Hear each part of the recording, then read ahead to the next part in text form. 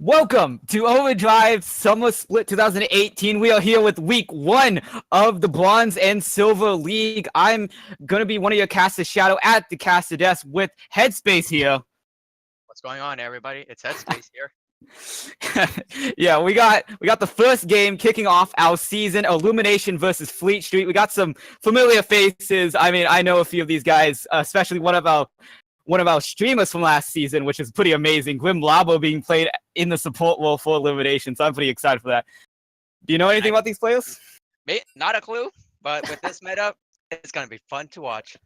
Yeah, definitely, especially with 8.12 being dropped. There's going to be a lot of changes. I'm not sure if these players can adapt to it. These players had a few days to play on the patch, and hopefully we might see some spicy picks being played. So I cannot wait to get this started. Yeah, we had a little bit of a delay due to kind of unfortunate timing on our end, but we should be fine now.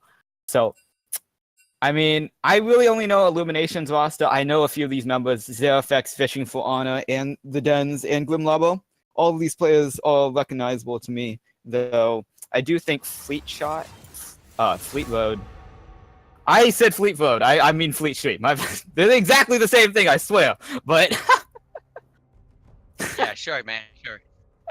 So we are going to get in pick and ban phase with this game, Illumination versus Fleet Street. I've said it right this time, hopefully. But, I mean, I think one of the big bans to look out for is probably just Irelia. I think Irelia should just be banned from either team, but... Oh, definitely. I'm more interested in seeing what their take is on the bot lane meta at the current moment. We could see Irelia bans, Vladimir bans. Heck, we could even see Mordekaiser bans. So I'm really interested in seeing how this champion select goes.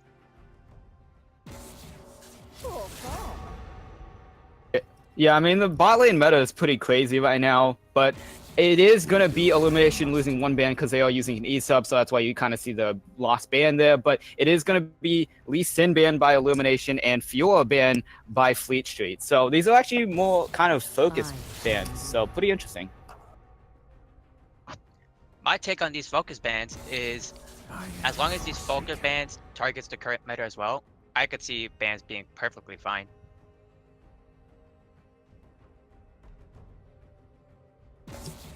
So we do see some interesting bans here, Anivia and Zyra. I do know that Fishing for Honor does play both of those in the mid lane, so Anivia being one of his most signature picks. So I do like the ban coming out from Fleet Street there just to avoid that ban, but I'm kind of surprised none of the OP picks are being banned here. Kaisa is still up, Irelia is still up, but kind of interesting to see that the fact that those champions are still up for the taking.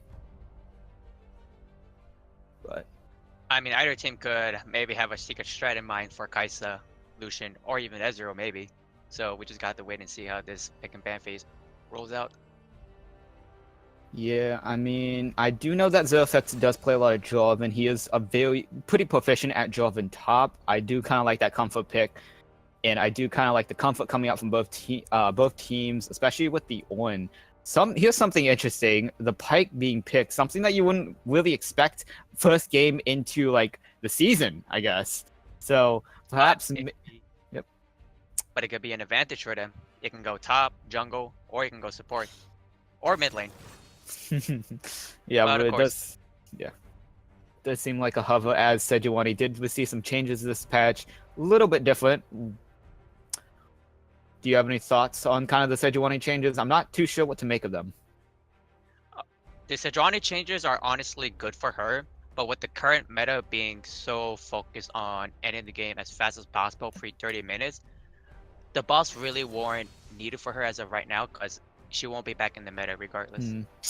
I mean, looks like Mythic is kind of proving the meta wrong right now, as he's going to pick up Sejuani, just maybe a comfort champion, perhaps. I do think that he does play it a little bit, so going to be interesting, but we do see the Jax being counterpicked. I'm not sure if you see too much Jax jungle being played now, but that's quite interesting to see, actually. The fact that Jax jungle is being played, but there's a combo. There's a really good synergy between Fishing for Honor and ZeroFX. Jarvan Orianna, one of the old classic Wombo combo champions that just pair together. You hit the Cataclysm, hit the Shockwave, and boom, you get an explosive amount of damage.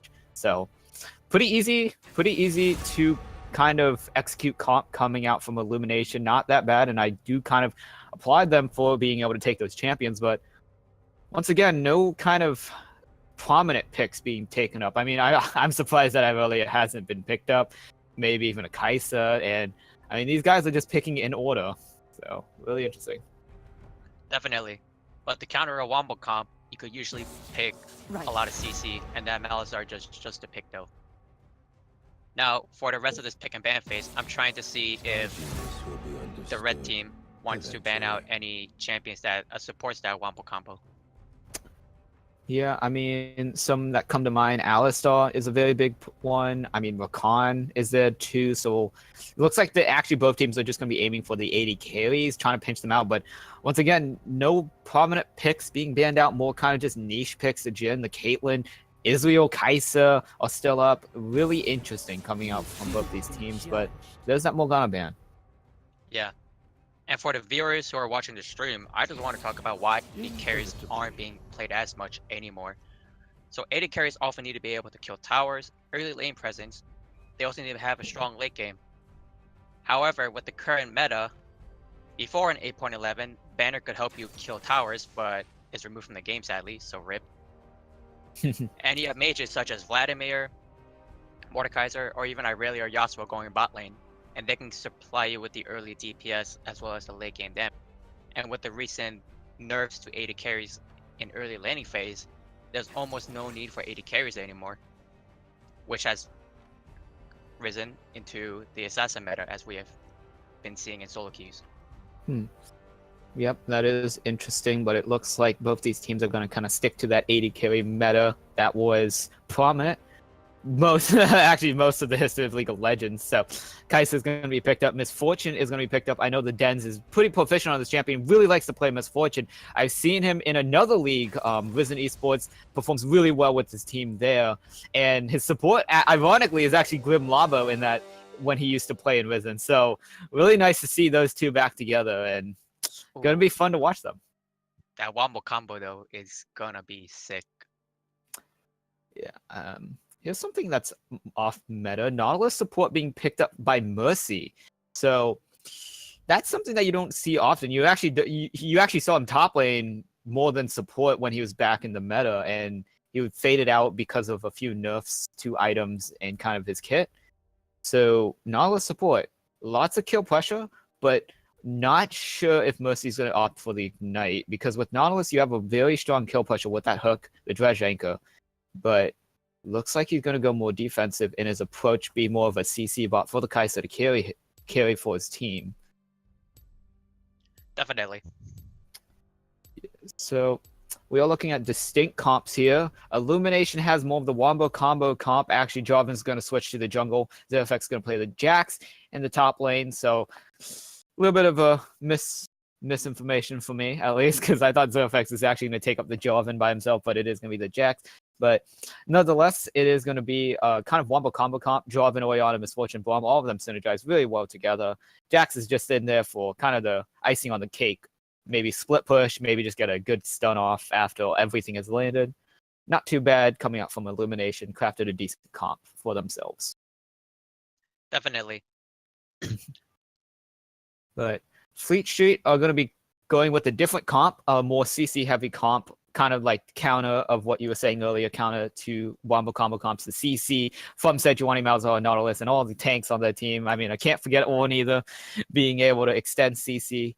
And it's just going to be the Kaisa in the middle of it all. It's going to be kind of like a Juggernaut comp back in the old days where protect the 80 carry and everyone else's tanks just CCing anybody that gets close to Kaisa. So, and Kaisa synergizes really well with tanks. Yep. The one thing I do want to watch out for, though, is how the vision control is used correctly by the red team. Because if they get flanked on by a Jarvan, who might be able to Righteous Glory perhaps this game along with an Orianna, that just may spell a disaster for them.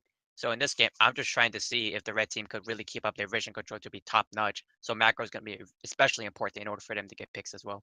So using the vision, who do you think will be kind of the person to look for with the vision? Like, who do you think would be the kind of the leader in the vision for the early game?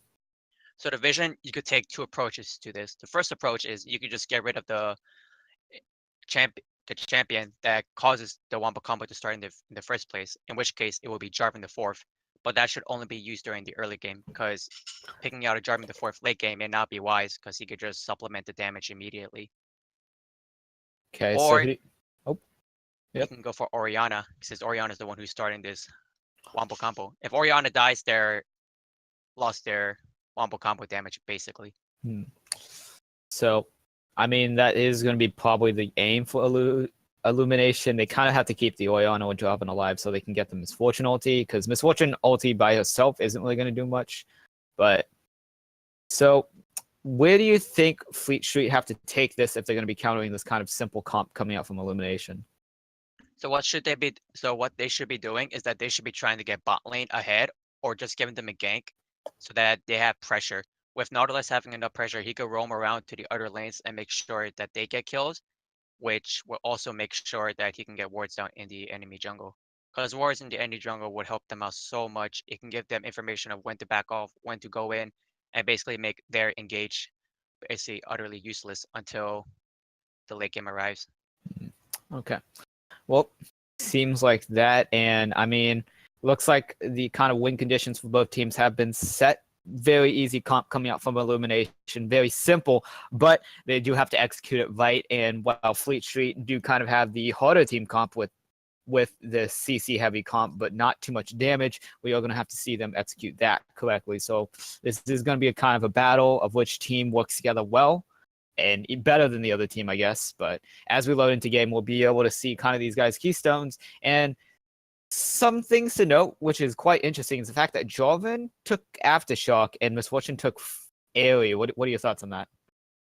So there's always a conversation between Airy and Arcane Comet. Personally, Airy on Misfortune basically gives you that guaranteed damage, whereas Comet basically doesn't guarantee you the damage, but it does more damage than Airy. So Misfortune just wants to do that guaranteed damage. Now on the Aftershock on Jarvan the fourth, I kind of like this idea. It basically signifies to me that he's trying to go tank as much as possible and be the one that's initiating the fights in the first place. However, this is also a clear signal for the red team to target Jarvan the fourth early via early vision and understand his jungle pathing well, so they could try to attack his jungle route and make him useless until either the game is over and they lose. All right, so who do you think is going to win the early game now that Jarvan is going for a more defensive approach instead of like the electrocute that we normally would see? So for the early game, it should be the red team. The red team has a lot more damage with Kai'Sa and Nautilus, as well as the mid lane is the only lane I consider to be more of a skill matchup, just because Malazar versus Orianna, typically Malazar should be able to beat it because of his shield. And the top lane, Orange just needs to survive against Jax. Yeah. Jax is so oppressive. So it's up to Mythic to see how well his pathing could be in this game. So you said that Mythic should focus on Warning Shot and Mercy down in the bot lane and try to snowball them? Yep. Okay. So Or snorball them until Nautilus can get his wards down. Okay.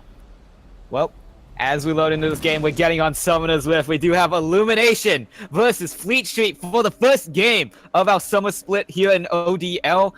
And this is going to be probably the precedent, if I could say that correctly, more of kind of the standard of how these teams should play later in the season. We'll have to see if these teams are kind of like the high tier that they're aiming for, or maybe they're not as good as they made out.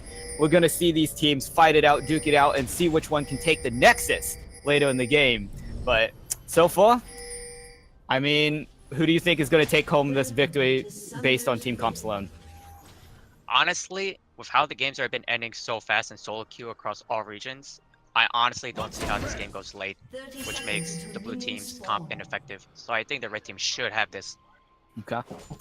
I mean, I personally kind of like blue teams because the fact that they can pull off the comp right at level 6. I feel like Kai'Sa takes a little bit long to scale, especially if she's put behind. But I mean, if bottom lane is going to be kind of the attention focus of both junglers, not just Mythic, then perhaps we'll have to see maybe bot lane will win this game for either team.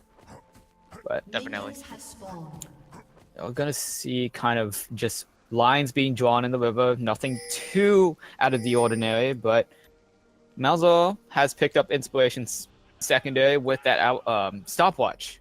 Secondary with that stopwatch from inspiration, but I'm kind of surprised that Fishing for Honor didn't take minion dematerializer, so because it does help with the wave clear. So we do see something to note is that the fact that Ocean Drake is first. So do you think that's something to prioritize? Typically the Ocean Drake is one of the best early game drakes. However, in late game, it isn't used as much. However, one of the benefits, in my opinion, is if the red team really wants to pressure blue team a lot, they could just get Ocean Drakes and force Baron. Because Baron doesn't stop Ocean Drake regen. Our champion damage does. Okay, but so who do you think is going to be pushing in the lanes? Who do you think is going to win these initial laning phases in this early game? I mean, as we're seeing it right now. My initial thoughts is Kai'Sa and Nautilus should be able to win this lane pre-early 6 until Misfortune gets her ult and then the lane changes though.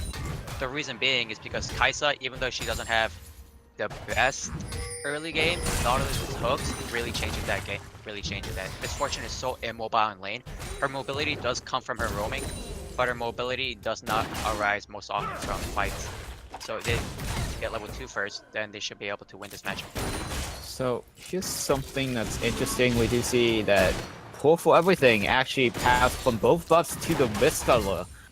And that's actually going to mean that he has both buffs to gank this top lane that might be happening. Is looks like ZFX is a little bit too pushed up.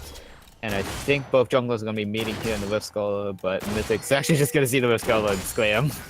So, but not only that, Fishing for Honor placed that ward right near the entrance to the mid lane, which is so crucial. So now the Jarvan knows where Sejuani is at. He is an invade coming out from Pull for Everything. I guess too small after drives Mythic out of the red side of his jungle and into the blue side, I think, to the Rift Scholar, but we do see kind of a lot of power coming in from this top lane from ZeroFX being able to shove in and even invade, help the invade from 2 Pull for Everything, so really showing some signs. And 2 Pull for Everything being able to take out Sejuani in the top side jungle is huge. He basically has information that Sejuani should be either at her bot side jungle or at Scuttle, and he can give information to his bot lane. But of course, the fabulous pauses always comes in. Yeah, it is a pause while the Dens is trying to disconnect and reconnect. He is having some kind of latency issues, but should be easy to fix up, and we should be back into the game very soon. But each team, if as a refresh of the new rules for Summer Split, each team has 5 minutes to kind of pause the game. 8 minutes at maximum if both teams can agree. So if this does go 5 minutes of pause time, then Fleet Street do have the right to kind of start the game, even if the Dens has not connected yet. But I do not think we'll get that far. So, nah, it's the first game. I'm pretty sure nobody wants to go 0-1. They'll come back. So, but J4 taking out Sejuani though is very huge. Like I said before, Misfortune and Braum should basically know that Sejuani is on the bot side, so they have to play a little bit more respectfully and be able to manipulate the wave enough so they could ensure that they don't get ganked. So, something we actually didn't note was the fact that Kai'Sa took Dawn Shield first. And why do you think that she would take that in a lane that you thought that should be winning, or their duo would be winning over Misfortune Braum? So even though Kai'Sa and Nautilus should be able to win versus Misfortune Braum, Misfortune's double shot is very oppressive in lane. So by being able to mitigate that somewhat in the lane, she should have enough HP that if Sejuani does want to gank, that she could follow up really easily without dying to any turn back damage. Okay. So we do see a distinct CS advantage in the mid lane. Fishing for Honor already 10 CS up over Cladded Armor, and that's a lot of gold already. Good. That's a good 200 gold up that Fishing for Honor has over his lane opponent, and it's just going to get larger and larger as we kind of see the oppressiveness coming out from Fishing for Honor. And I do know that Oriana is a pretty bad matchup for Malzahar, able to proc the Void Shift very easily with her command attack, and being able to take minimal damage with a command protect. So, kind of unfortunate for Plated Armor, but he'll have to survive this if he wants to get to the late game. But we do see some fighting in the top lane, some nice love taps, but does look like this lane is actually going against Zerofex now that Ham on the Ritz has landed a few things. Actually hasn't even bought anything. Wow. Gank in the bot lane. Mystic is here for the gank. Dredge Lantern. Dredge Anchor is going to land, and they are going to get the permafrost, but he's not taking too much damage. And the Dens is trying to get damage on Mythic, but ends up getting booted. Burns the heal, burns the exhaust for nothing, I guess. And Mythic does get a decently successful gank off, as I would hope, but no flash is burned. That was a really good attempt from Mythic. So after Sejuani got pushed out of her top jungle, there's no more farm for her to get in her jungle, so she basically went into J4's red side jungle. Basically did the same exact thing J4 did, and came in from a gank behind, which is really smart from her. But we do see a TP burn from Zerofex, which is quite unfortunate because Ham on the Ritz hasn't really lost anything yet. He hasn't even bought any. He's actually bought a Bomby Cinder without burning teleport. And it actually is going to be a fight coming out from Zerofex and Ham on the Ritz. He's going to do half the HP. And they're just going to try to sustain up. But I do think Ham on the Ritz has the advantage since he has the innate passive from Ornn. Yep. Do see 2-pull for everything in the bot lane. Does get spotted by Ward, unfortunately, but is going to be able to take it away. Otherwise, Ornn is going to go on Zerofex. Call of the Forge God is coming out, and he's going to have to run. Does get hit up. First blood going over to Ham on the Ritz, killing the Jax. In an unfortunate level up. So huge for Ornn. Basically, nullifying Jax's early buy is so important. This gives him the ability to either zone the mini wave if he wants to, freeze the mini wave if he wants to, and basically just nullify Jax in this game if he so chooses. Of course, he decides to push in the mini wave so he can get himself a proper recall. Yeah, both junglers are still level 4, which kind of signals something unfortunate as both these junglers are kind of under-leveled, hasn't been really farming efficiently in the jungle. I mean, they are kind of junglers that do not farm very fast, so that could also be a reason, but Dredge Lantern in the bot lane is going to land. Concussive blows have landed on Nautilus. Guardian is just going to allow them to run away with the movement speed. And some fun trading in the bot lane, just some love taps to each other. Because definitely. Misfortune's passive is called love tap. Oh man. But more fighting in the bot lane, who would have guessed, as Dredge Anchor is going to land on Misfortune, burn the flash, gets stunned up by the concussive blows. Nocturne is actually going to be forced to get the heal from Kai'Sa, and both supports actually on the sliver of HP, almost blinking red, but they're going to be able to get out. But Misfortune is out of mana, and that might be quite unfortunate for this lane. If Kai'Sa and Nautilus wants to freeze this lane, they could. If they froze the lane right there, what could have happened is Misfortune and Brown would have stayed up there for so long. And if Sejuani was level 6, that would have been a really easy game. Right then and there. Yeah, the bot laners are going to be getting level 6, at least Misfortune and Braum. They're going to be getting level 6. And with the aggression that we've seen in the bot lane, we might see some kills happening in this bot lane, maybe some TPs. From Ham on the Ritz, of course, only one in the game with TP up, but should be interesting. I do kind of want to see a gank in the mid lane because Cladded Armor does have his Nether Grasp, and I do want to see kind of just a Nether Grasp into Sejuani gank, but kind of just a farm lane in the mid lane, and Cladded Armor has kind of gained up his farm again, but more love taps in the top lane. Not looking good for Zerofex. Keep an eye on the vision though. Right now the red team has vision on both of the jungle entrances, which is pivotal if J4 wants to gank either top side or mid lane. Bottom, however, is an entirely different story, so that's where J4 should be going for.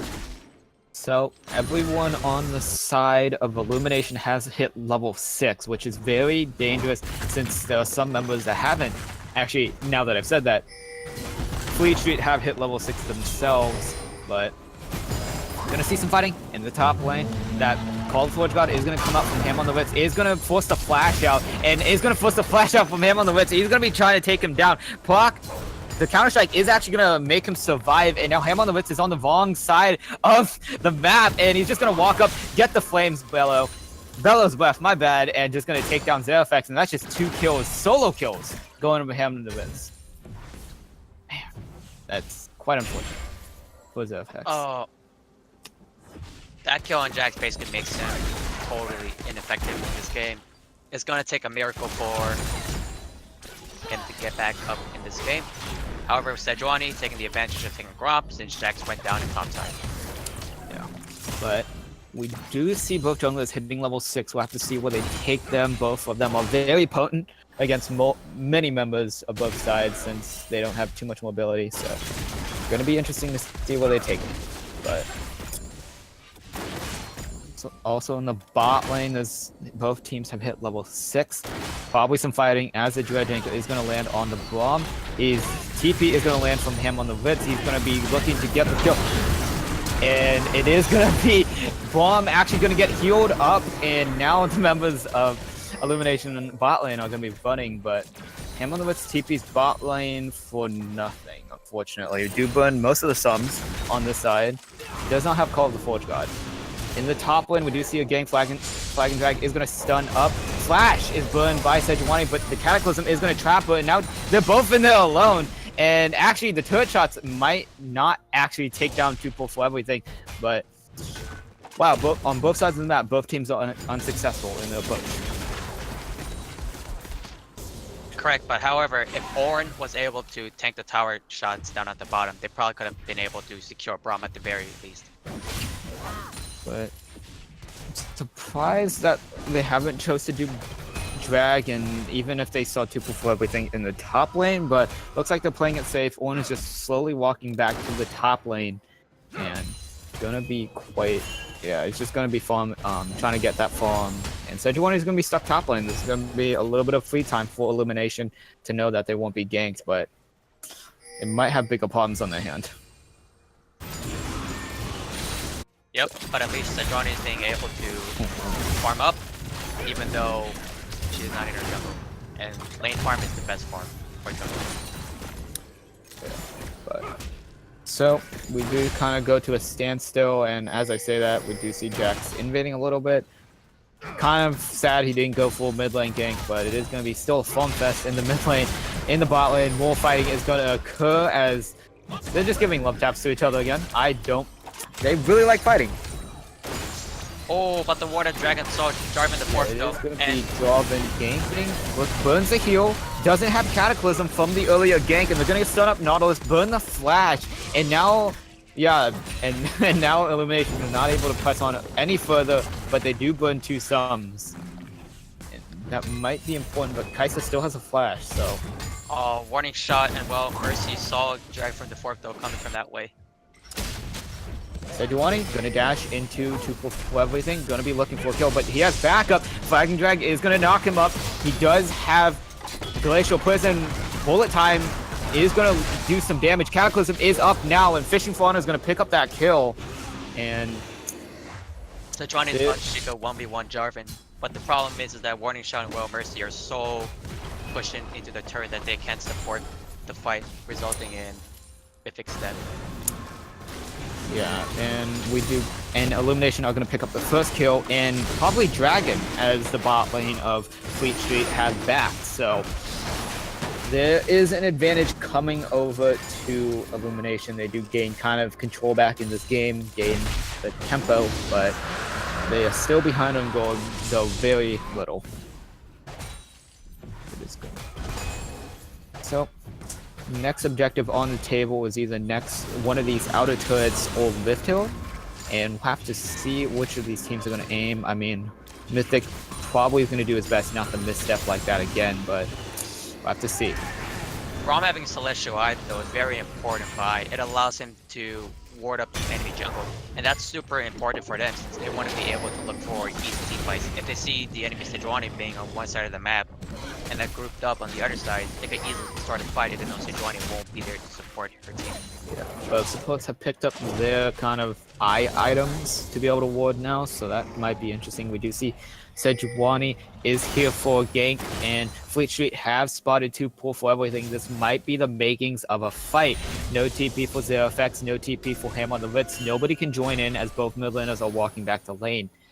Glacial Prison is up for Mythic, might look for something. They do have the depth charge, do have the killer instinct from Kai'Sa, but I do not know if the Dens and Grim Lava are going to take the bait. They actually should see the Sejuani passive, actually, since Nautilus gets it, so I'm not too sure if they noticed that, but it is going to be depth charge landed on Misfortune. Glacial Prison is going to hit on Blum. He's taking up all the damage, and the Glacial Prison plus the bullet time is going to do a lot of damage to Kai'Sa. Kai'Sa is going to be forced to flash, and now the members of the Dens and the Grip are going to be chasing down these members. Concussive blows does land on both members, Nautilus and Sejuani, but Blum is actually going to hit by the Permafrost, is going to fall down. We do have Oriana here trying to land something, and she does have Command Shockwave, but gets minion blocked, and is actually going to try to do some damage. Command Shockwave is going to land on Mythic. Mythic is going to go down. Nautilus is now down as well, and that's 2 members, while Malzahar is just walking down the river. And that actually was a good turnaround from Illumination. Oh man, I like this meta. Fights everywhere. But taking a closer look at that fight though, we can see that Braum really blocked most of the damage from Sejuani via his Unbreakable, which is super crucial in that fight, which gave the Dens enough time to really pull out the bullet time. Although, if they decided to be more aggressive and flashed onto one shot, they possibly could have killed her, and then looked to turn on Sejuani and Nautilus. Yeah, in the meanwhile, Rift Herald was taken. It was actually picked up by Zero Effects, which is quite interesting since he has not been showing the greatest of performances. And now the Rift Herald is trapped top lane. It is gonna be eventually placed top lane since Zero Effects has to always go back to there. But we might see a gank coming out from 2 pull for everything. So, I mean, we do see a lot of action here in the top lane. Mythic and 2 pull for everything are gonna meet each other. And I do not know where they are going with this. Mythic does have Glacial pushing back up again. Is in this top lane, but Zero Effects is just gonna back and get out of there. But this might be first turret in the making with that top turret so low. First tower is probably gonna go down from that, and that really isn't a good idea from the blue team. Giving red team the ability to have first tower gold is very important.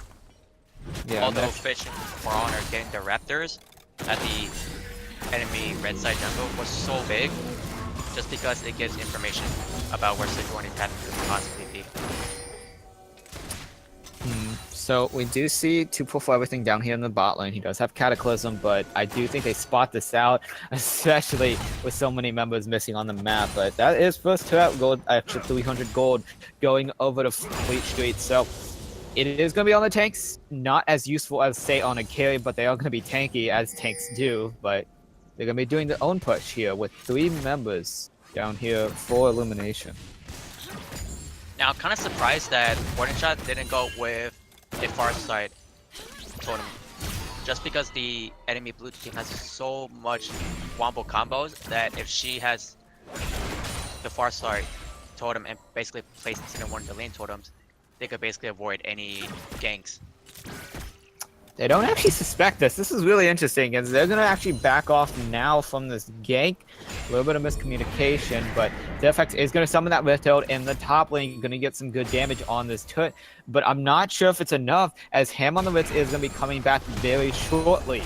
So, Call of Horde got burned in the top lane, going to knock up. Zero Effects is going to try to use that counter-strike to burn something. Meanwhile, in the bot lane, it is going to be a 2v1 in the top lane, while it's a 3v3 in the bot lane. Netherglass is going to seal Zero Effects' fate, while in the bot lane, the Dens has fallen. Next is going to be Grim Labo, and actually 2 pull for everything was in that fight. When I said it was a 3v3, it was actually 3v2, and now they're going to be pushing bot lane for a second turret of the game. Oh, that was so crucial, giving Kai'Sa those 2 kills. It basically accelerates her build path. And one of the things about Kai'Sa in this current meta is Kai'Sa is good. However, since late game isn't seen as much, Kai'Sa is kind of ineffective near the late game, since late game doesn't exist anymore. So accelerating her early game to have more late game power spike is so huge. We're going to see 2 members of Illumination going to try to defend this turret, do successfully do so, as the kind of threat of Cataclysm Shockwave is going to be enough to dissuade Fleet Street, but they are going to stay. And I mean, yeah, the members of Illumination have backed off, but that does give the Dens, Angler, and Labas some time to come back. Warning shot and well, Mercy being able to take the spot turret is going to be so huge. They could back off from bot lane and look to rotate mid, and from there give Nautilus a really easy time to set up wards in the jungle and look to set up either dragons or possibly a very early Baron play. Yeah, I mean, Dragon is live. There's going to be another Ocean Drake, so not too useful in the state that we're going to be getting in soon, but still good nonetheless as you stack them. But Baron's going to be on the table, and actually Baron is on the table, but not too sure that either team wants to take it, but it is something good for pressure. Definitely. Although I do want to look at Sejuani's impact in this game, because from what we've seen, Sejuani's been making a lot more impactful plays. Whilst Jarvan the Fourth did go top once to kill Sejuani, Sejuani's been camping bottom lane mostly. Also, blue team warding the bushes behind him is super good as well, knowing that this has happened multiple times. So really good adaptation for them. Yeah, they do spot out Sejuani, and they're going to actually try to deal some poke damage, but not able to get too much.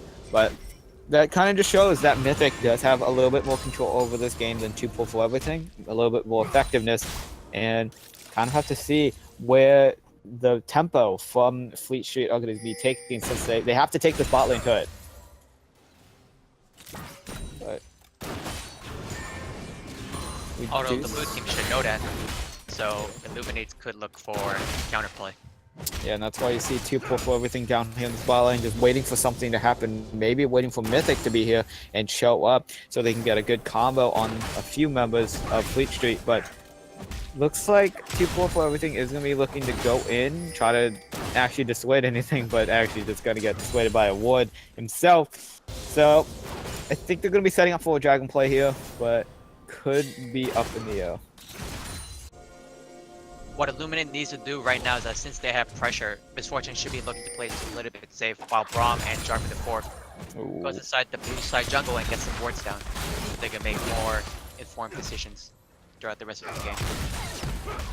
Wow, the Dens is not too far behind even after that death. We see the amount of damage that he's able to dish out with that double up, so not falling too far behind, but still going to scale a little bit, waiting for that bullet time to do a lot of damage, waiting for a few items to make her damage increase more than Geynksters, so gonna be interesting to see where these members are. The Dens and just sitting on a ward right there being spotted, but I think actually Xerxes is gonna be found by the Nautilus. He's gonna use the counter strike to stun up, and Nautilus is all by himself. Geynksters is trying to help. Bullet time is gonna block the heal, and Bullet time's actually gonna hit as the Dredge Anchor is gonna miss. Netherglass in the mid lane, plus the Glacial Blizzard fishing for on it is gonna be falling as they're gonna flash. Shockwave is gonna try to stop something, but the red buff Bud is actually not gonna be actually Call of the Void is gonna knock Fishing Fauna down, and that's really interesting.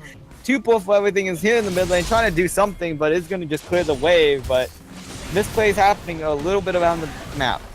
Oh, that was a big micro misplay from Fishing Fauna. She could have lived there. She just sidestepped forward a little bit and then backwards. Unfortunate for her.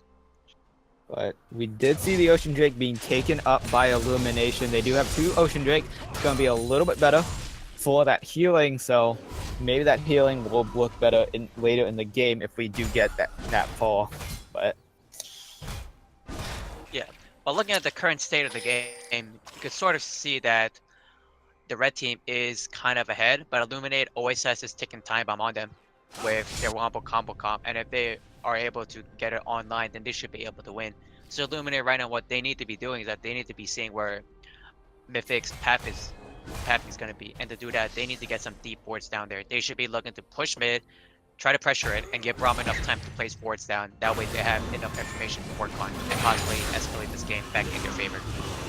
yeah, I mean, with Xerxes being 0-3, he is getting a few items. He has been able to farm up, picking up that Trinity Force, but still looking for items as Ham on the Ritz is actually trying to complete his 3rd item now. So kind of see the gold difference already showing in the top lane, especially with that 1k gold lead is actually just all in the top lane. It's mainly in the top lane, all the gold that is lost by ZeroFX, so going to be quite unfortunate. And while that's fine and all, having the 1k gold lead on your Ornn, that's not enough for them to win this game. They need to be able to have their gold leads on Malazar as well as Kai'Sa in order for them to win this game. So they need to be looking to really be proactive on the map. So we do see the Dens picking up Duskblade into Black Cleaver. What are your thoughts on that kind of build? My thoughts on the build of picking up Ghostblade into Black Cleaver is, while Ghostblade does offer you more mobility, the biggest issue in this game is that there's so much CC coming in that a Black Cleaver possibly may not be enough for you to be able to get saved. Because a Ornn ultimate basically is going to knock you up. Sejuani ultimate. Speaking of Ornn ulti, it is going to be blocked by the shield and Glacial Prison. Shockwave plus Cataclysm is going to land on 2. Mercy is already down as more members are going to be chasing. Netherglass is actually going to kill Pull for everything, and now the members of both teams are running for the hills as 1-for-1 is traded while Zerx is farming in the top lane. And man, we just saw a little bit of the wombo combo coming out there from Illumination. Oh. If that happens in the late game, there's going to be a really big issue that Illuminate doesn't need to be concerned of. Oh man, but that was a pretty good unbreakable coming out from Grim. That was able to block the Call of the Forge God, and now the members of Illumination are going to be looking to seep down this mid lane turret, but Malzahar with building is not going to allow that. Sejuani looking for something, but is dissuaded since she doesn't have Glacial Prison. But looking at this game so far, we've seen that wombo combo, and the red team should know about it, so Illuminate probably is feeling good right now. They need to be able to keep up this tempo.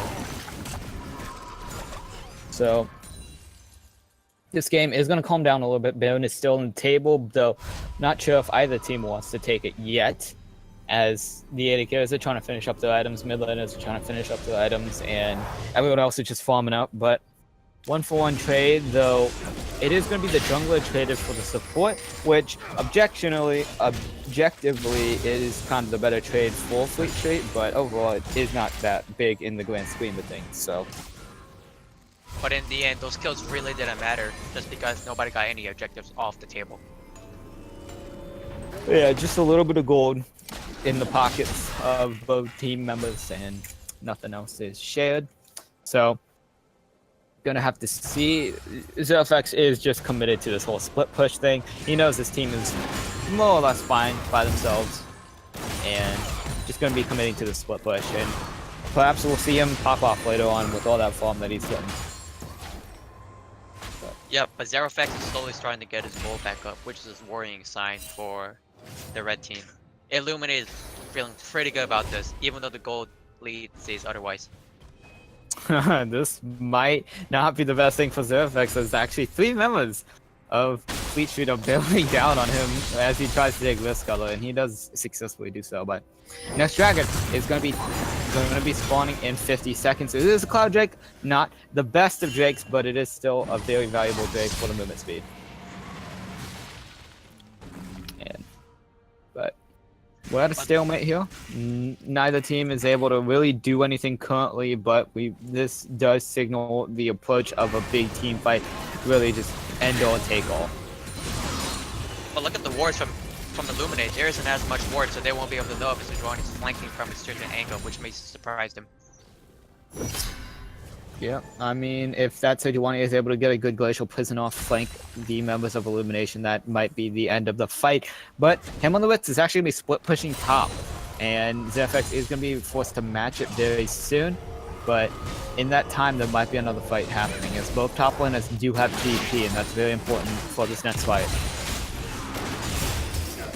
Now, in terms of like the TP, ZeroFX should really be looking to TP on the enemy AD carry, which is Morning Shot. But the issue is that since Kai'Sa is so mobile in fights, I don't really see a good place for ZeroFX to TP in, whereas Ornn could just TP. on basically almost any ward, but preferably near the rivers, just so he has to be able to hold some really awkward positions that they won't be expecting. Yep, that is a definitely good point. Cloud Drake has been spawned on the map, and now Another Glass is going to land on Blum. Call Forge God is going to knock up Bullet Time. Glacial Prison is going to knock down the members of Illumination. Cataclysm comes out, but to no avail. And that's 3 members of Illumination going down, and that might be just Balin coming out from Fleet Street as Zerafex is just pushing for his life in the top lane, but they're going to be there to stop him as they start Balin. That was so huge. The red team learned from their last fight that Braum canceling important God is so important. By just holding Braum, they basically nullify Unbreakable, and that fight just ended in disaster. Yep, and this is probably just going to be a Fleet Baron for Fleet Street. Take it without any contestation, and now Fleet Street are in the lead, in control of this game. 3k gold up, not that much, but still making a good showing. But how are they going to use this Baron buff? Are they going to be pushing down mid? Are they going to be setting up their side waves so that they can be crashing at the same time? Yeah. So many decisions for the red team to make, and they only have 3 minutes to make it. I mean, in a meta where time is everything, even 1 second is a very long time, 3 minutes should be enough that they can probably take something significant, especially with all the CC, but we'll have to see how Fleet Street are going to be pulling it out, as they're just going to be resetting and refreshing all of the wards and items. Yep. But right now what they should be doing is that with the Baron buff, they should be looking to get all the outer towers. The outer towers basically at this point in the game is just free gold, so why not just get free gold and extend your gold lead? Not 5k, not 10k, or 15k if you really want to. Cloud Drake is taken by Zerafex under the nose of Mythic as he just spots it as it falls. And that's a very sneaky play, but something that needs to be taken away from Fleet Street as they're going to be taking so much. But starting with that first turn in the bot lane. Fleet Street really needs to make sure that they don't get caught here in the mid lane, because their Wama combo from Illuminate can still destroy them and cause really big issues getting rid of 3 Baron buffs. Yeah, I mean, we haven't seen Zerafex often in these fights, and it does look like Righteous Glory is going to be popped. Sejuani is waiting on the other side, but it might be Sejuani who's caught out as both jugglers just got him walking away. This might be the fight that we've been looking for. Shockwave is not going to be popped, but really opportunistic point there.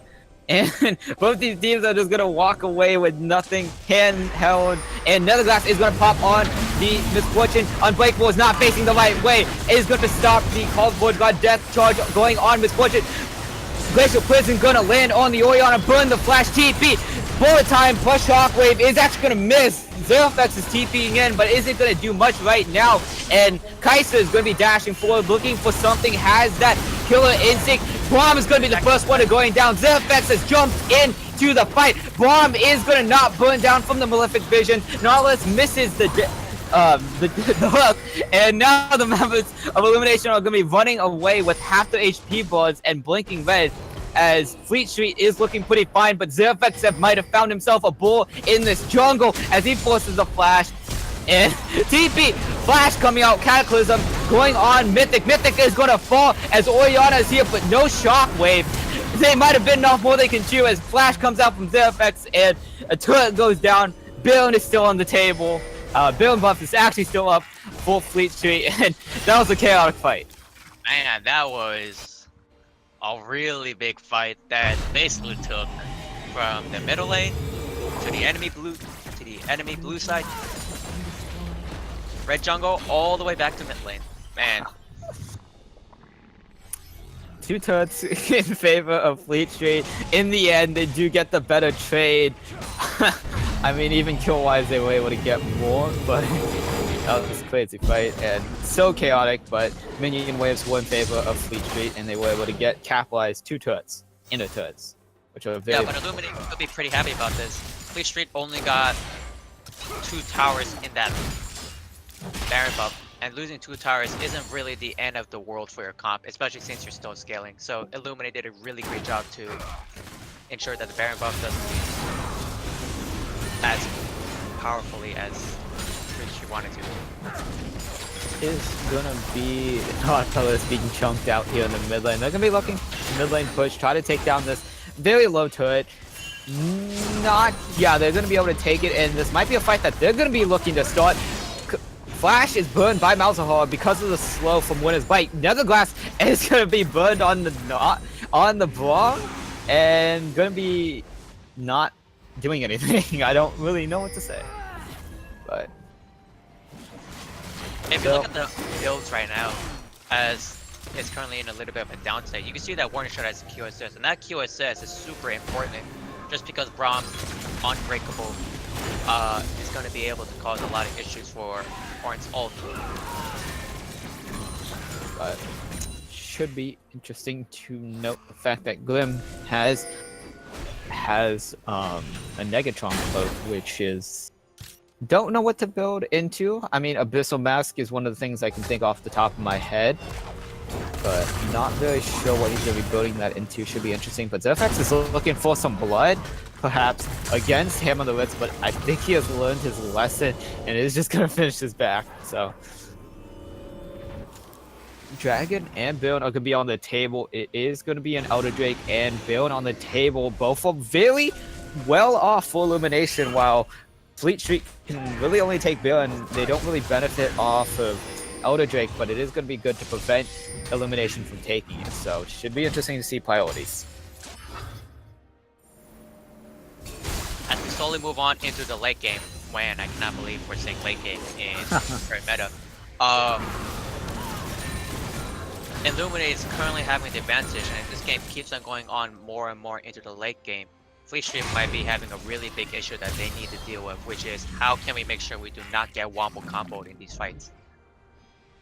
Yeah, I mean, they've showed it a few times being able to eliminate some targets when they want to, but it's going to be pretty hard, especially for these coming fights as the members of Illumination get stronger and stronger. So, have to see where they go.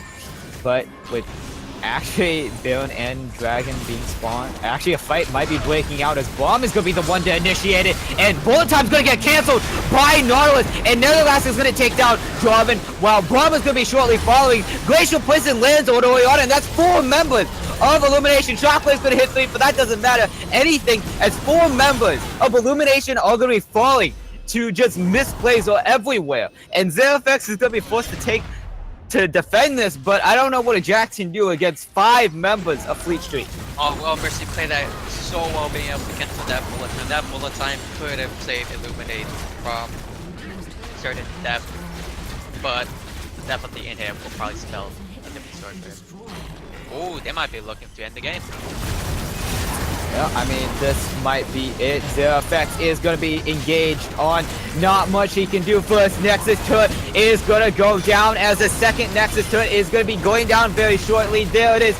Nexus is going to be exploding very shortly afterward. Grim Lavo doing his best to put his body in the face, but no, the Nexus is going to explode, and that's Fleet Street taking game 1 of our first week of the summer split. Man, Fleet Street played that very well, being able to use the vision very correctly. However, Illuminate could have played the fights a little bit more better via looking at the vision in order for him to really secure that win. Unfortunate, but most likely in round 2. Quite unfortunate for the members of Illumination, but congratulations to Fleet Street for winning the first game, and good luck to them on the second game. Good luck to Illumination for the second game as well. But what do you think that Fleet Street? What do you think Fleet Street did? Well, okay. What do you think Fleet Street can do to take this to the second game, like the momentum wise? So if Fleet Street wants to really keep up this momentum, they should be able to stick what works. The Kaisa pick obviously worked, so they should be able to keep that. And the Nautilus pick really took them by surprise. So going into the next game,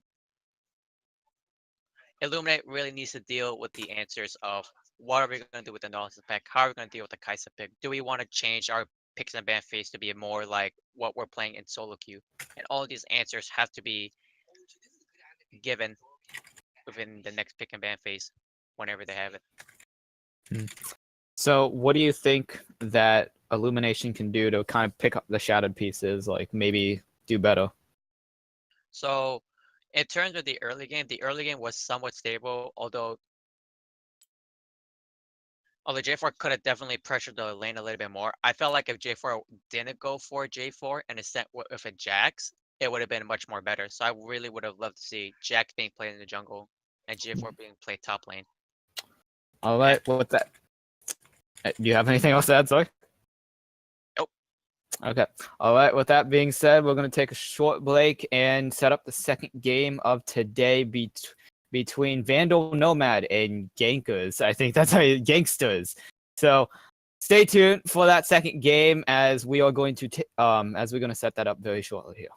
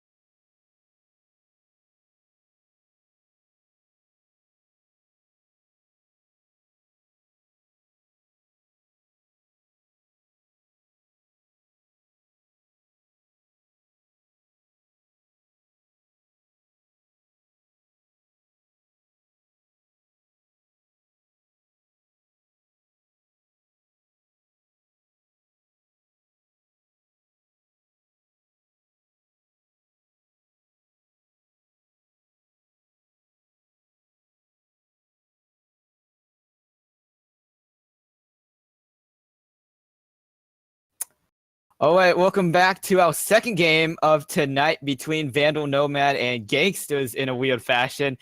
I'm Shadow, joined by me on this in this cast of desk is Backpack. Hey, what's up, guys? It's been a while, dude. I'm back, dude. Man, it's been a long time. I think the last time I casted ODL was like 4 weeks ago. Holy moly. It's been a while. Backstabbed But, us, man. dude, it's good, dude. It's good to be back, dude. It's good to be back in a new season. I mean, I heard you guys had a clown fiesta last game, so maybe, we could keep it rolling. So, we'll keep it rolling. I like clown fiestas, especially in this meta. Oh man, so fun. And anything past 30 minutes of the Clown Fiesta. We could let's just deem it like that. Yeah, oh man, dude, I've been playing against like so many Vlad bots, and I'm just like, oh, why me? Why me? I think the worst is Irelia bot. Oh man, dude. Is it really that bad? If Irelia, no, Irelia herself is terrible to face, but facing her in the bot lane, I mean, like, Irelia getting through ban phase is bad enough, but like actually playing her in the bot lane, it's terrible because typically with Irelia, they're with a duo, and they play like something that's really aggressive, like Blitzcrank or something, and it's really annoying. Yeah, like you just pull him in, and then that's champion. There goes your ADC. Bye bye. I mean, it is not the funnest experience to have. The bot lane meta is. It seems fun to spectators, but actually playing it is actually hell on earth. It is actually awful. Oh man, it is so bad. But I mean, it's fun to watch. It's fun to watch all these diverse picks come out. I'm hoping that we get it this game. I'm not sure if y'all had it last game or not. Did you have a wonky bot lane or no? I didn't. No, we had standard. We had standard. Yep. Boo. That's boring, dude. All right. So we are actually here in the pick ban phase, and Geynksters are actually going to lose a ban for using an E-sub. But we do see some interesting bans coming out. It is a lot of, I think, target bans. Darius, Owen, and Zed. All of those champions not very prominent, but probably comfort picks for either side. Banning the top laners, but not singed. Tisk. I'm just kidding. But, I mean, Kai'Sa too. I don't think Kai'Sa is actually that strong anymore. Honestly, I feel like her early game got gutted, but I mean, she still can be Kai'Sa if she gets into late game, but she's gonna be on the bench. But actually, Yasuo first pick. Let's go. I mean, it could be going towards the bot lane, or it could be going mid lane. It could be going top lane. Like, it's such a flexy pick. It could go anywhere. That's a good first pick, honestly. We better see like an Orianna Jarvan just from last game, because one of the teams drafted Orianna Jarvan Misfortune. I want to see that again. That is a lot of wombo. That's a lot of eggs in one basket kind of thing. But man, I feel like every time I try to draft a wombo combo, it just doesn't work. But I mean, some people makes it work. Oh, here's maybe the Jarvan. I mean, I don't think Jarvan is honestly that strong, but some people still have a pretty high priority on him. I mean, his level 2 will always be good. You know what I mean? But yeah. Wow, we actually have the same priority on jungle as the last game. Sejuani and Jarvan were picked in second rotation, and now we're seeing the exact same jungle matchup, though they are on opposite sides, but should be really interesting. But here's something that we haven't seen for a few patches: Swain being picked up by Potato Chip. Potato Chip picking up the Swain. Swain is so strong, but like if he gets behind, he's so buns. Like he's so bad if he gets behind. But I mean, with the Sejuani, Sejuani could gank pretty early, can help, deter a lot of the counter gank pressure as well. But I mean, that could go mid or top too. So I mean, it's still flexed pick with the Yasuo. So who knows where it's going? Could go anywhere. I still do kind of like the Swain due to the fact that it is a pseudo tank, kind of like the whole helping since Yasuo is going to be a damage source either in the mid lane or top lane, so you do need kind of a tank to take place for not having one. And Swain does fit that very well because he's able to take so much damage and deal a decent amount of damage even while kind of sustaining through fights. So I do really like the pick here, especially with the Sejuani, who does help the CC from Swain. But we are going to get into second ban phase as Geynksters have picked up the 80k, but Nomads has not. Geynksters going out with a very virgin comp here. with the Maokai Jarvan and Varus. I mean, like it's very meta. You know, I mean, like I haven't seen Sejuani. I wonder, real talk, Sejuani. Like I've seen AP being built on her Yeah. sometimes. Like she got her AP ratios buffed. I mean, that would be pretty nutty. I mean, they really don't have too much AP so far. I mean, what it's an AP Sejuani, dude. Never know. But Casio. yeah, I mean, this might be kind of one of the counters to the Swain. Cassiopeia does do a really well job of kind of dissuading the Swain, has the Miasma, has the Petrifying Gaze, but we might see a Galio actually being picked up, and now we kind of mix up Vandal Nomad's squad as they don't really have an 80 carry, and this might be the Yasuo bot lane that you were talking about earlier. Yep, that's Yasuo and Rom bot lane. That actually sounds pretty good. I mean, it gets you that knock up at 6. I like this Galio pick though, man. I mean, with the Varus, with the Cassiopeia, you can really just build Adaptive Helm on the Galio, and you will be near unstoppable.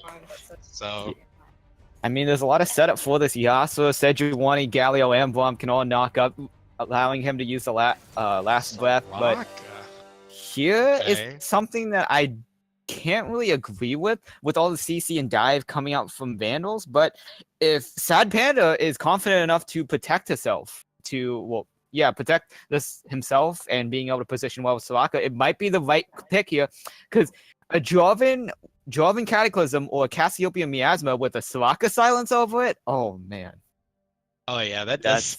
So I feel like the Soraka will make or break these fights. I mean, like if Soraka can put a silence field under the Galio, under the Sejuani, under the Yasuo, I mean, like that could be a one fight that Yasuo can't, use his ultimate. So I think a lot of this game is actually going to be on the Soraka, if you ask me. I mean, but I mean, I don't find Varus that good either. I don't know why. I don't know. There's something about him I don't really. I think he's too weak in the early game. Maybe it's just me. I don't know. But I feel like they just always fall behind. Soraka took heal too. That's pretty cool. Yeah, with barrier on Varus. Typically, it's actually the reverse. Soraka takes barrier just to protect herself more. But why did Yasuo take cleanse? I think it's due to either the CC coming out from like Varus with Chains of Corruptions later on. But you can kind of win wall that, so I'm not too sure. You can't cleanse the silence, right? I mean, he doesn't really need heal, right? He doesn't need the movement speed as often since he does have the mobility. Well, usually when you see these double melee bot lanes, you usually see 2 exhausts. Or even an ignite, Yeah, or like a TP, like not, yeah. not cleanse or heal usually. I mean, like I've seen a lot of TP. I thought this Varus was going to take TP, honestly. Because like I feel like Varus might have a little bit of trouble, but I don't know. We shall see. I mean, if Varus and Soraka can poke out the Yasuo effectively, I mean it would be great because like Yasuo does have the cleanse, so he doesn't have the TP to get back to lane, or he doesn't have the heal for the combat effectiveness. So I mean, usually like the reason people don't take heal anymore in the bot lane is because everybody's just taking ignite. Like all the supports are taking ignite, so it's not really worth taking heal anymore. But I mean, in this case, it's a Soraka. A Soraka won't take an ignite, So this is a little bit of a misplay on Link. So maybe it won't come back to bite him. I mean, if he is caught in like a Maokai ultimate or a Varus Chain of Corruption or a Cassiopeia stare, I mean, it would be good. So, but it's just in lane he will suffer. He will suffer a lot. I'm just trying to imagine just Cassiopeia staring at somebody, just immediately turns to stone. Doesn't. Yeah, dude, you just stare at him with them big old eyes, and they can't move. Dude, have you been getting that weird stutter bug lately? I don't know what that is. Oh my! My god! So apparently, like, I was like 3 or 4 games in until I realized, you can reset the client and like it'll be fine. But like, it's still stupid that you have to reset the client. Yeah, I don't know. It's something to do with the servers, from what I remember. From what I've heard, it had to do with the servers around like the 8 to 10 minute mark or something like that. Yeah. It's so dumb. But Whatever. Back to this game. Okay. So Sorry. I guess we gotta bring it up now that we have a little time. Who do you think will win this game? Comparing the team comps. Do we have a little bit of time? I think Vandals, man. I don't know. I like the Yasuo Braum. I think that's spicy, but I think the cleanse is gonna bite him in the butt. But that's just me. I Dude. mean, like he has so much setup with the Galio, with the Sejuani. I mean, the Swain also has a knockup as well on his pullback. Like there's a lot of CC around the Yasuo to, help him out to get that ultimate. So we'll see how the game is going to go. I mean, the Braum is going to be very, very, very important in this early laning phase against the Soraka Varus. I'm excited to see it though. Yeah, definitely. I want to put my hopes in Vandal just because the team comp looks better, though. I do kind of wish Vandal picked up Jarvan. I think the team comp would be perfect with the Jarvan, but it works. It works too. But I feel like they have a fair amount of AP and AD damage, Swain and Galio, plus the Yasuo, all really good. But Geynksters. Hacker or Yasuo? I like it. Wait, why does Braum have domination tree? As secondary? Hello? It could be a zombie board. We'll have to see as he progresses. It's not really worth it though. I don't know. I mean, you do get the same adaptive bonus on domination and inspiration. So I mean, you get the same bonuses, but I feel like footwear and the cosmic insight just feels so much better than what zombie ward and what's that CC? Oh man, what is it called? The Cheap shot? CC thing. Cheap shot. Yeah. Okay. Dude, that's actually spicy now that I think about it. Yeah. Cheap shot zombie ward? That's pretty spicy. Oh wow. But Wait. Soraka comment? Oh, it's really good. She lands the Q, gets the comet damage. Really don't talk good. to me. Don't talk to me. Oh my. No, Yikes. I prefer Soraka Guardian just because you're She sitting doesn't. Wait, you prefer the Guardian? Really? Yeah, I really like Soraka Guardian. I like Airy because you get the mana flow ban, Ooh. plus Transcendence, plus the Scorch. I don't know, for early laning pressure. Like compared to, let's say you have Guardian, so you go Bone Plating, Revitalize, and Second Wind. So I mean, yeah, you won't have any damage whatsoever. Like you won't have any trading, but I mean you can heal a lot, But I mean, a lot of people are starting to do the Emax. Oh yeah. Yeah, so I don't know. We will see. I mean, there's a lot of spicy theories that can go on this game.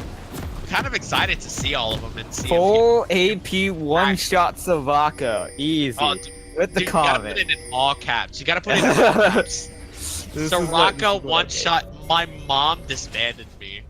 Oh my god. This disowned me for this build. Oh no. we're not becoming that. So as we're coming out of the base on Summoner's Rift, it is Vandal Nomads versus Geynksters with the weird Geynksters. I don't know. I don't know. Pronounce it as you will. I'm pronouncing it Geynksters. It's Geynksters. It's Geynksters. There You gotta put you. Dude, it's Geynksters. It's just, whatever. Anyway, I don't know. Yasuo is taking the double relic as well. So yeah, I mean that's good. Yeah. It will help his laning. It will help his laning phase. I honestly usually go Doran Shield, but Relic Shield. Thinking about it actually sounds pretty good. So. And you also spread the gold, which is the most important part about taking Relic Shield over Dawn Shield, is that you're spreading your gold to your support, which is going to be a great asset later in the game, especially since you don't have as much gold income sharing in the bot lane. So it's very great that both bot lane is going to be able to have a decent amount of gold income. So we'll prepare for the mid game.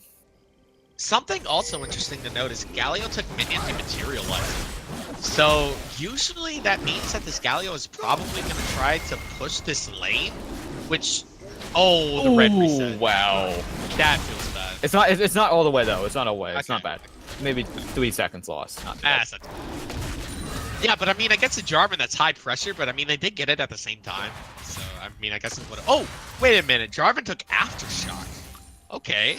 We saw the same thing last game, and really interesting. Why? I feel like that wouldn't help at all. I feel like the early burst damage is so much better than the tank stats you get if you hit your EQ. I think And you have he to just hit kind your of. EQ. I think he just kind of prefers the tank route, and also the fact that the extra damage won't really help, especially against like a Galio. And we're actually going to meet the junglers in the mid lane. Yeah. Wait, what is he doing? Oh no! The flag attack, but it doesn't look like Frostbite. Oh, it is going to be able to get him first blood. Going over to Classic, the Classic, dude. Meeting up in the jungle, but I mean, I'm kind of surprised Sejuani won that. I mean, you know, he had to play. No execute. No, not only that, Varus and Soraka went off of their leash very, very early. Oh, So like Jarvan, like just didn't have that great of a leash. So blame your bot laners for that. But it was actually really weird.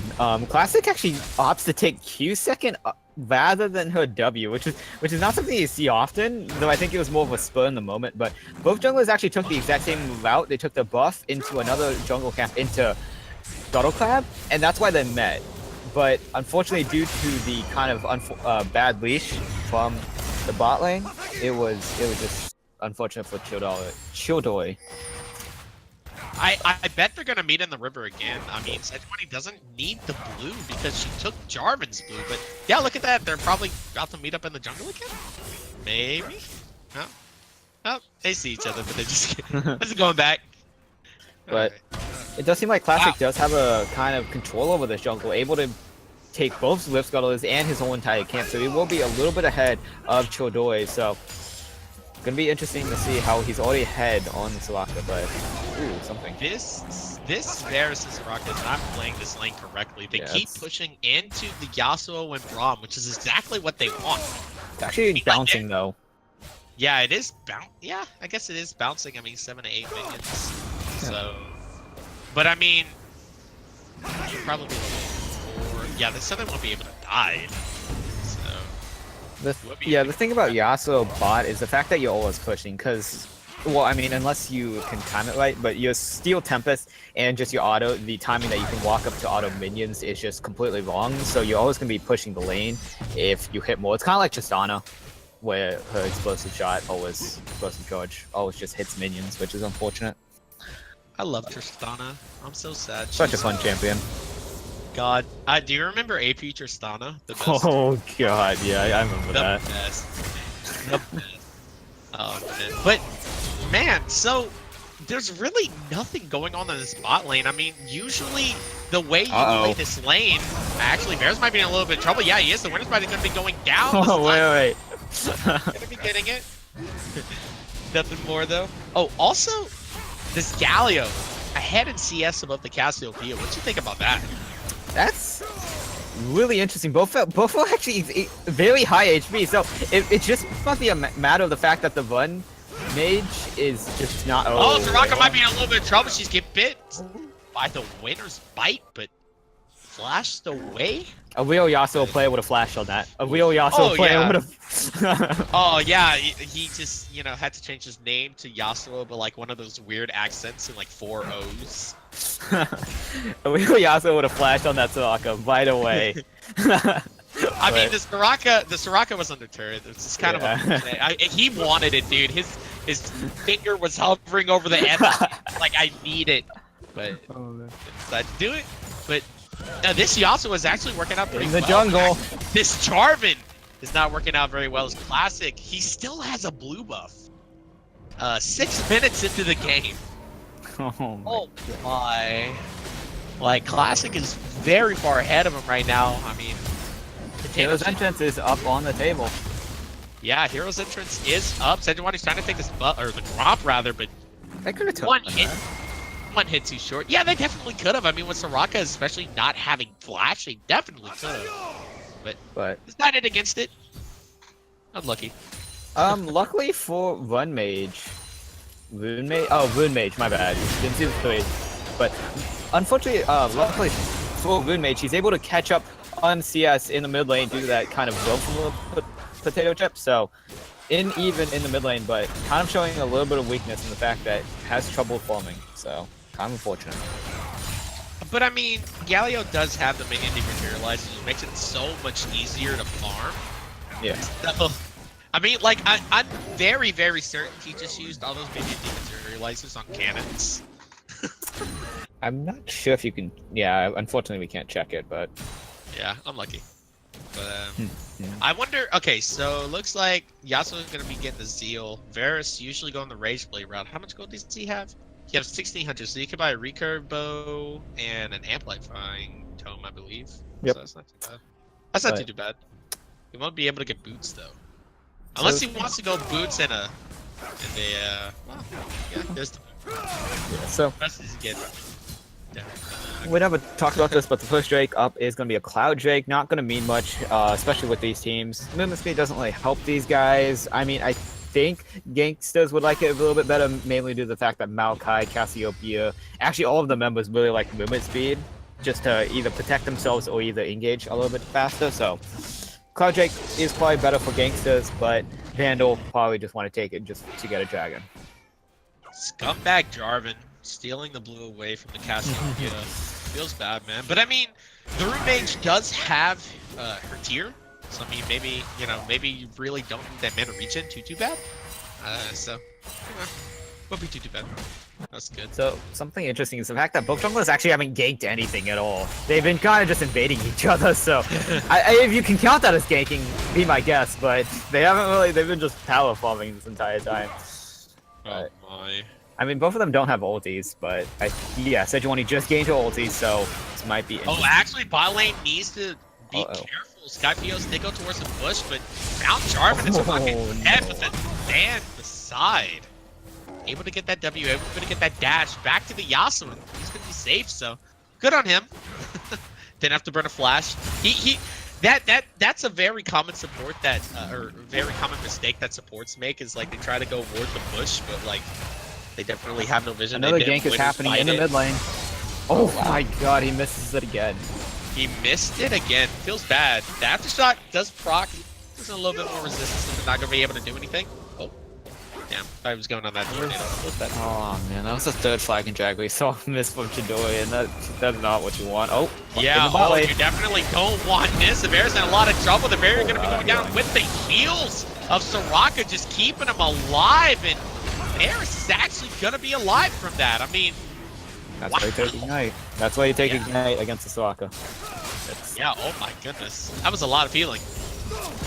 They do burn a lot of keystones. Heal, Barrier, and both ultis from the bot lane have been burned. So next time Link and Sky go on the enemy bot lane, it might be better, but they'll have to do it before those cooldowns come back up. What is Galio building? Is he going? Is he going Hextech? Hextech with Volva. He could either be going GOP. I don't think he'd be going Proto Bell. I don't think he'd be going Proto Bell. I think he's going Proto Bell. I mean, there's really? nothing else. It used to be a big thing on this one guy in Challenger that like one trick Galio back in the day, but like, man, I haven't seen this build in a very, very long time. I'm pretty sure. Gonna go towards that. Yeah, typically you want the it is. Wow, it actually is Protobell, but typically you want mana on Galio because he does suffer from mana problems, and that Protobell does not give you any mana at all. So it's gonna be interesting to see him play that. I thought Abyssal Mass would have been fine. Yeah, that would have been pretty okay in this matchup, especially with all the AP damage coming up from Cassiopeia and Boz. But yeah, man, this Jarvan is far better. Like. I am very critical of this J4 pick now. The only reason you would pick J4 is if because you're comfortable, you know, on him, but not gonna be able to. Is actually I think these guys are trying to set up for a dive here. Galio is towards the bot side. Sejuani is here as well. TP. So yeah, here comes a 5-man bot, the classic. Galio gonna be entrance for B will going down to the wobble combo. Yeah, that was brutal. But actually, they are trying to re-engage, but Jarvan gets hit by a beautiful Blitz of Prison from this Sejuani. But He goes down. I mean, there's a lot of fighting here. J4 are going to be going down as well. Maokai next on the menu. The taunt going to be able to hit the punch. Able to hit as well, but actually, he's under the turret. Lynx needs to be in very, very... Oh, no one expects the banana, though. Soraka gets that kill with an auto. I mean, all for all, I mean, it was 2 for 2. Wow. And all that time they were in the middle, they were on the wrong side of the town. Vandal walked into the slumps, and they found some success, but ended up falling because they took the fight too long. They had a good initial pick on the boss, and then they just kept trying to go for more fights. They tried to take more kills, and ended up getting another kill, but paying 2 for the price. Yikes! Yeah. That was a very messy dive. That was a very good, but that was a very good counterattack from Geynksters. I mean, that looked very dire. I mean, when I saw the Varus go down, I was like, that's it. Like they're all 5 gonna die right here. But they turned it around very, very well, and they actually, honestly, I think they got the better end of that trade. I mean, Yasuo goes down. Varus is able to get himself a good amount of farm. I mean, it's not as bad as you would once think. So I think the coordination from both teams was pretty well played, and very good because both teams were able to react and kind of set up that play. Vandal being able to set up that play with the Galio roaming down, and also Geynksters being able to kind of counter it in a way and not lose too much. But man, they all 1.5k gold behind, and most of that is in kind of the top lane as you see the gold lead. So. Also in the jungle, as you see the CS differential, so really, really important. Nothing has really been happening on this top side except just noodle fights. Maokai is an AP resistant tank, and Selena is an AP mage, so... He went Spectre's Cowl and Merc Treads. Oh boy. Yeah, that's like the Bramble Vest Ninja Toppy. Oh, man, yeah. Of AD. Holy moly. Wow, I'm fairly surprised. Fighting. Actually, yeah, there's a little bit of fighting. The heal's going to be going down from the Soraka, but actually the concussive blow is going to be going onto V. Wills, the Conqueror going to proc, and they're going onto the Soraka. Soraka might be going down, but actually a beautiful ult from the Soraka, but actually Brahms is taking a lot of damage from the Chain of Corruption and the turret, but the Guardian able to just bring him out as Yasuo was able to pick himself up a kill on the Soraka. That was really nice play by Link, because Sad Panda thought that Link would go on Wills, and that's why he walked back, and then he got hit by the tornado, got ulted, and then just ended up dying. So that was really well played by Link, and Sad Panda just missed positioning, thinking that she was in the safe place, and she really wasn't, and Riptail is now going to be started by Vandal. Yeah, they are going to be started. The Maokai ultimate is going to be going down. Rift Herald is at 3k. Jarvan is over the wall. He is taking the blast, on the flag and frag, and he actually is able to get that Herald, but they are in a 3v2 fight. The Root Mage is coming down. The Herald's entrance is coming down, and there it is. But Kisame is able to pick himself up a kill, and Jarvan is going to be going down. Kisame has to run away, and Root Mage has to run away as well, but the flash and the taunt able to hit onto the potato chip, but Sway's going to be going down as well. I mean, it's a 2 for 2 overall with Rift Herald going in the side of Gankers. Yeah, it is going to be Kisame picking up... Kisame. Kisame? Kasame. Some Japanese name. Kisame is going to pick up the Rift Herald, and now it's going to have pretty good use, as Chief Kuda doesn't really have a way to counter it. He can't hit the high as the most obvious kind of play, but I don't really think he can stop the Rift Herald from taking the turret in the top lane. But meanwhile, in the bot lane, it is going to be Link taking down the bottom lane turret. And Wilson, a lot of trouble. Winner's Fight gonna be able to hit onto him. Link's just slashing and dashing the barrier. Just way too late, buddy. He's gonna be going down. Link's 2-1 now. Skyfios was looking for some woods in the jungle and ends up finding a Varus. Free and ready to serve. And Lynx is just happy to get the kill off, and this might be very dangerous. There's a Rift Herald that... Yeah, there is a Rift Herald with classic. It's on the top side. That is very bad timing. He has to run away from the Rift Herald. He's just smashing on the tower. He's not going to be able to get it, though. That's unlucky. Wait, what is this Soraka building? Wait, that must be animal abuse, right? He used his pet as bait. Wait, that must be animal abuse, right? That is animal abuse, dude. Oh man, no, we're gonna have to call him up later. Oh man. So Dude, what is this Soraka building? She has it Spectre's looks Cowl like and a Spirit Candle Gem. What is Visage. that? That's Spirit Visage? Yeah, that's Spirit Visage. Wow, didn't even get the Frost Fang, baby. He doesn't Straight- need it. He just needs the match resist against Yasuo. But you can't get the wards. No. He just needs to survive. That's all he needs to do for his team. He doesn't need wards. His team doesn't need wards. He's stream sniping. Yeah, you're right, dude. That oh man. Then why did he take Comet? If you're gonna go Spirit Visage. Because he first. needed to do damage. He needed to assert his dominance in the lane. Oh my goodness. Wait, so okay, so Galio's probably gonna be building a Death Hotel now. Okay. Yeah. That's Yeah, pretty that is cool. Spirit Visage, yeah. Yeah, I feel like a Death Hotel is so much better. Yeah, though. yeah. Actually, Against Cassiopeia, yes. yeah. Oh, minion block.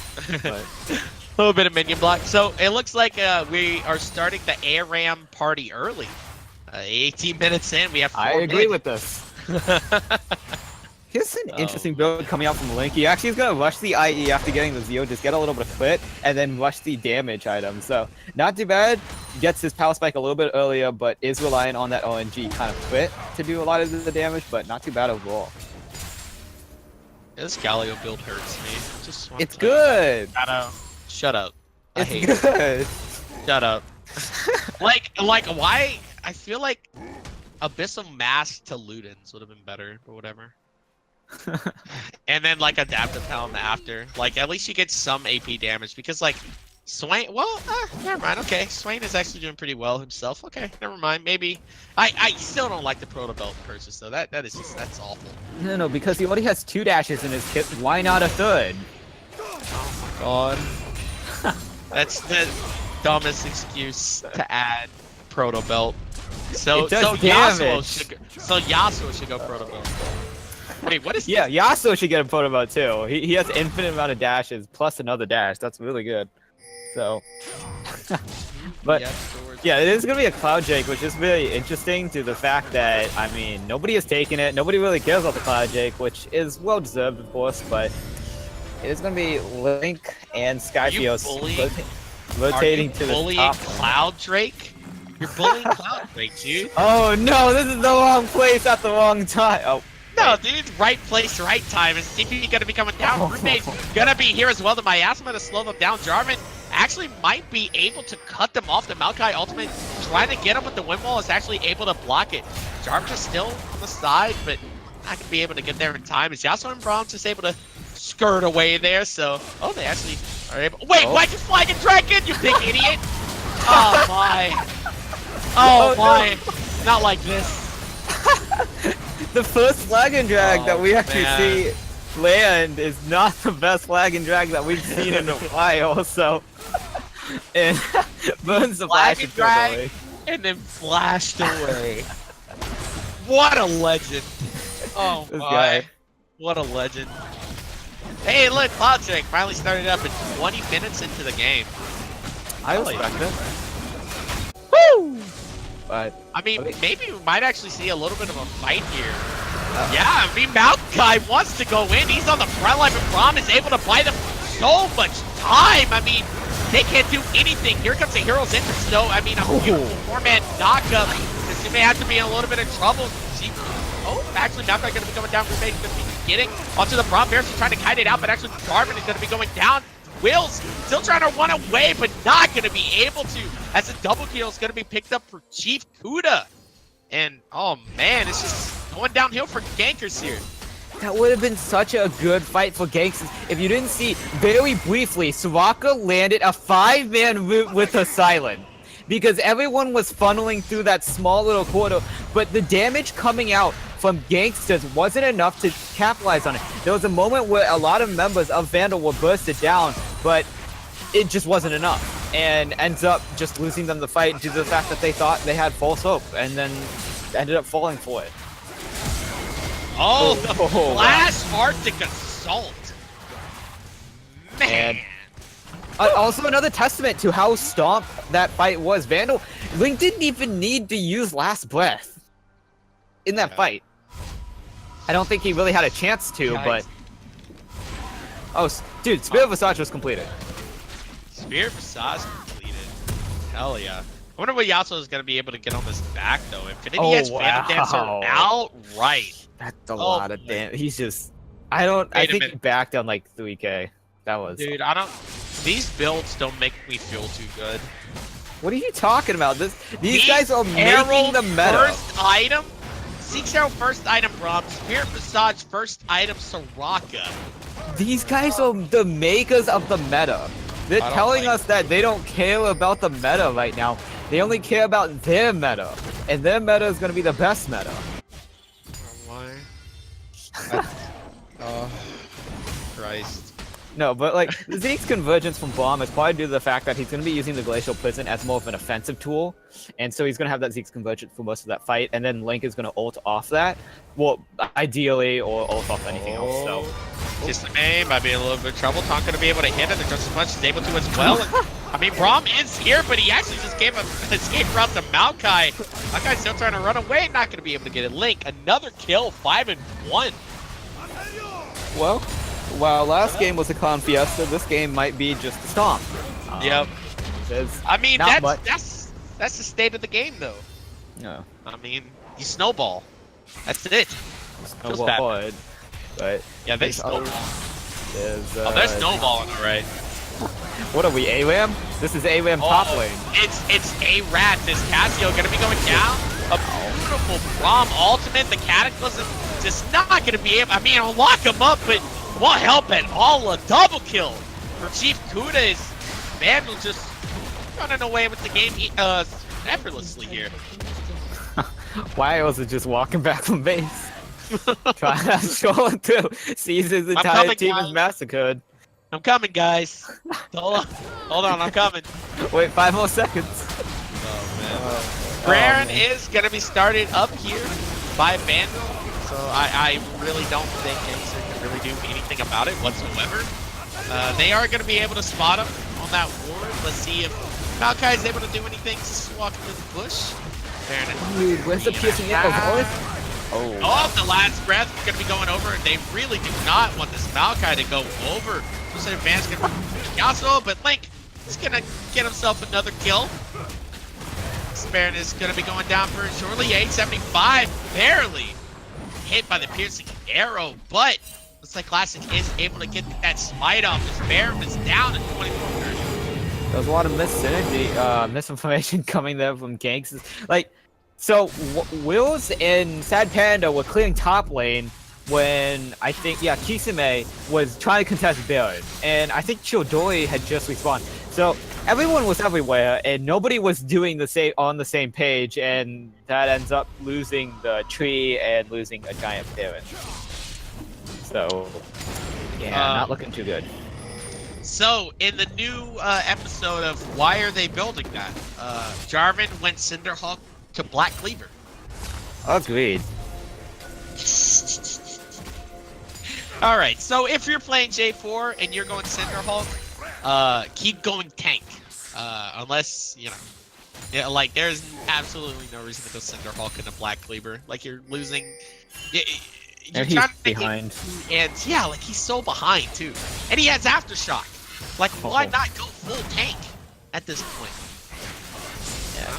I mean, the damage potential coming out from Moon Mage is just very small due to the fact that she did build Rylai's for kind of a defensive stat, just kind of kite people, but it's not going to help her out due to it's not going to help her do more damage, and that's very unfortunate. Ooh, oh, the flash taunt onto the Bears. The Bears, she's able to flash away. Oh, he should have Fernando's ulted. going to be able to hit never mind. 2 of them. Yeah, they definitely should have. I thought they should have did the last round. No, he was in the miasma, so he couldn't use it. Oh, yeah, okay. oh, Here we go. comes the Maokai ultimate, but the Windwall is going to be able to block the movements in advance, getting right onto the Yasuo. The Grubs are going to be going down. The Galio ultimate is going to be able to knock him up, and actually Yasuo is going to be going down. This might actually be the fight that Geynksters needed. As Swain is on the front line. Katsuo trying to do what she can with the Ignite down right onto the Braum. She's going to be going down. I mean, actually, damn, very unlucky for the Bears. Very unlucky positioning. I mean, Soraka's still trying to heal up Jarvan, but I think she's going to be going down very shortly. Flag and Drag able to get him away, but Vandal able to get themselves a good team fight. 3 for 2 when they're just pushing it in. Hey, Podoboat killed Cassiopeia. You can't say it's bad. So, so that was actually a really good catch coming out Geynksters. They were actually able to kill Linkfoot, and then Skyfield's fall later. But all of them walked into the Galio ulti, and there's a big circle that I know it's not red, but it's a big circle saying don't come in here, and they all went in there. So I don't know what they were thinking, and I do think that Vandal were in a quite bad position there. They did get caught out a little bit, but they were able to turn around due to the fact that they had a good lead and the fact that they all protected each other, and Swain was running around in the back line, zoning off 3 people by himself, so yeah. Yeah, I mean, once that hero's entrance is in and Yasuo's right there, that's a last breath, baby. I mean, that was a, you know, he did die, but, you know, they still do so much damage, still so tanky. They able to do just enough. I mean, Swain has so much health, man. I mean, he has 3,000 health right now. Yeah, that's so absolutely ridiculous. Yeah, that's about Vegas plus Leandre's, but that's the Abyssal Mask you were talking about. Galio picks that one up. And he should have did it first, though. He should have got it first. I mean, it is like the damage. No, but think about it. Like if he went Abyssal Mask right here, or first, and then went Adaptive Helm, he would literally be unkillable because Varus is building a. Actually, wait, what is he building? Bork. Wait, why did he go Merc Treads to Bork? Yeah, I can't really say I agree. I'm getting a headache. Yeah, I really can't say I agree with the builds on Geynksters, and I don't like this. I mean, they're doing very minimal damage. Why does Soraka have ninja Tommies? She's trying to like save herself, you know. Not everybody has Merc Treads except for Soraka. Cassiopeia doesn't have Merc Treads. Yeah, because well, that's out of the question. Snakes can't buy boots. There's not a snake in that boot. Yeah. Somebody poisoned the water hole. Oh my god. Oh man. All right, so it does look like the Baron did wear off. So that is good for gankers, but they're just kind of left in disarray as their base is just disassembled here. I mean, they're trying to do what they can, but not gonna be too much. Maokai ultimate, not gonna be able to hit anybody as the wind wall and the unbreakable. Just gets hit up, but actually, Yasuo didn't get hit by it, but it's whatever. Oh man, but oh man, I think yeah, everything is up. This is gonna be a fight. I mean, Galio is on the bot side though, actually, so he's not gonna be able to use his heroic hindrance until a little bit later in the fight. So might be interesting. He's still split pushing. I mean, there's not much that they have all 5 there. And he's gonna get something in this bot lane. He doesn't do too much damage to this third, but he's just gonna slowly chip away. And I feel like Geynksters are just a little bit scared here because I really do feel like Geynksters will lose 5v4 even without the Galio. So he was 2 levels down. I mean, it's kind of funny that the Jarvan is the only one that went to. Oh my god, a beautiful Swain E. I mean, he had corruption and tried to slow him down, but that's a double kill for Yasuo as Kisame is just not going to be able to do anything at all. He's just getting burnt down by the Yasuo. And that is a triple kill for the Yasuo. Galio's pushing bot. Dude, is this going to be the pentakill? First pentakill of the ODL summer split? I think that's too much time.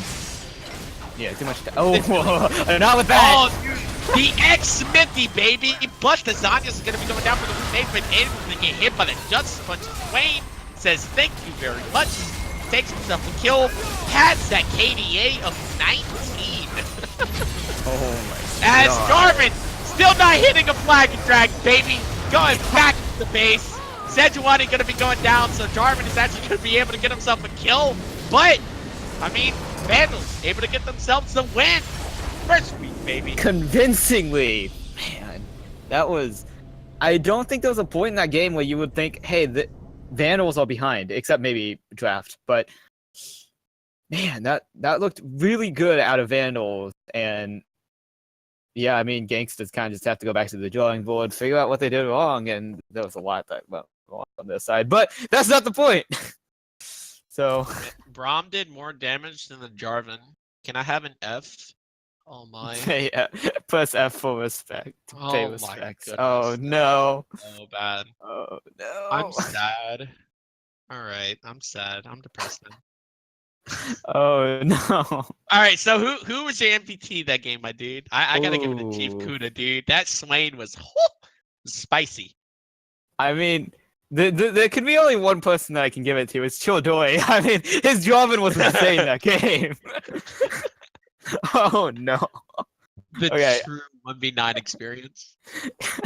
I have to give it to Link. He played really well in the Yasuo, and I feel like he really did capitalize on the fact that I feel like he was really comfortable in the Yasuo and really capitalized kind of the strengths rather than the weaknesses. And I mean, though they didn't really punish him for his weaknesses, I do think that he did capitalize on the fact that and was able to snowball that. So, but Yep, just snowball it. yeah, so Vandal win the first game of the week. They're going to be playing a little bit later against Illumination, the team that we saw a little bit earlier. So should be interesting for them. Geynksters going to be looking to kind of take their first win against Frost Wolves later tonight. But we'll have to see how those teams perform in the next week once we see those results. But otherwise, congratulations to Vandals and unfortunate to Geynksters. But for now, we'll take a little bit of a break as we're going to be switching over to the Gold League. We're going to be having PCC Lancers versus Vol in the Gold League for the first stream match. But otherwise, thanks for tuning in for the Bronze Silver League, and we'll see you in a